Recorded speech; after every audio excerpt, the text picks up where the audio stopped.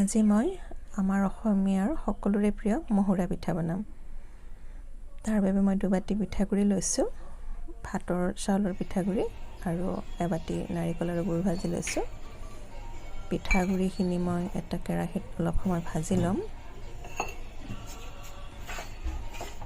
5 পৰা 10 মিনিটৰ ভিতৰত যেতিয়া পিঠাগুৰিখিনিৰ পৰা ধোঁৱা ওলাব ধৰিব বা অকণমান গোন্ধ ওলাব ভাজি তেতিয়া মই পিঠাগুৰিখিনি নমাই দিম আৰু ভাজোঁতে মই অকণমান নিমখ দি ল'ম। নাৰিকলখিনি মই গুড়ি কৰি লৈছোঁ গ্ৰাইণ্ডাৰত বা ৰুকনিৰে ৰুকিও ল'ব পাৰে। তাৰপিছত মই অলপ গুড় দি পেলাই নাৰিকলখিনি ভাজি লৈছিলোঁ। এয়া মোৰ পিঠাগুৰিখিনি ভাজি হৈ গ'ল। মই এটা চচপেনত অলপ পানী গৰম কৰি লৈছোঁ। যেতিয়া পানীখিনি উতলিব তেতিয়া মই এইখিনি নমাম আৰু পিঠাগুড়িৰ লগত মিক্স কৰিম। এনেকৈ অকণমানকৈ আপোনালোকে 1 বাটি পানী দি দিব আৰু অকণমানকৈ এনেকৈ মিক্স কৰি দিব। তাৰপিছত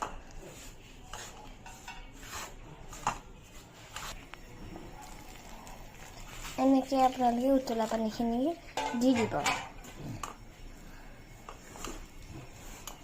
তাৰপিছত লৰাই দিব। তাৰপিছত আপোনালোকে এনেকৈ দি দিব। তাৰপিছত লাষ্টত এনেকৈ লাড়ু বনাই দিব।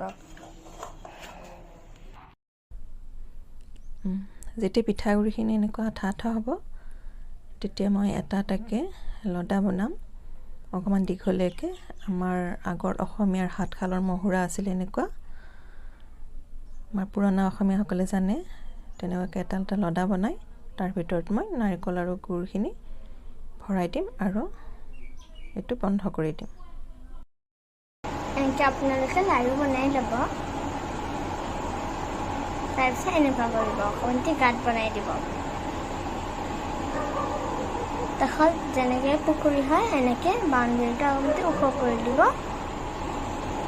তাৰপিছত এইখিনি ভৰাই দিব ভিতৰত।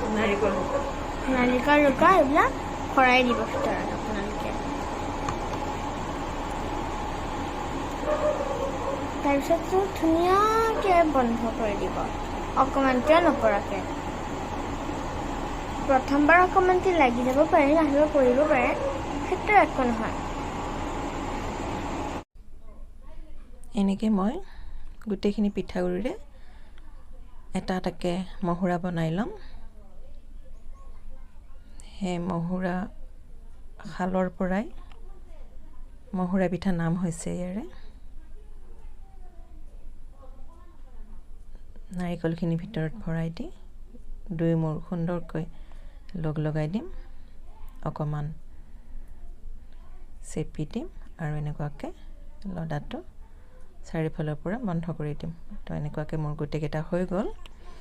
আৰু মই কুকাৰত পানী গৰম হ'বলৈ দিছিলোঁ। যেতিয়া পানীখিনি উতলিব তেতিয়া ষ্টিলৰ চাকনি এখন মুখত দি দিম আৰু এটা এটাকৈ গোটেইকেইটা লডা মই ইয়াত দি দিম আৰু এখন ঢাকনিৰে ঢাকি দিম যাতে ভাপখিনি বাহিৰলৈ ওলাই নাযায়। আৰু 5 পৰা 7 মিনিটৰ ভিতৰত মহুৰা পিঠাকেইটা সুন্দৰকৈ সিজি যাব।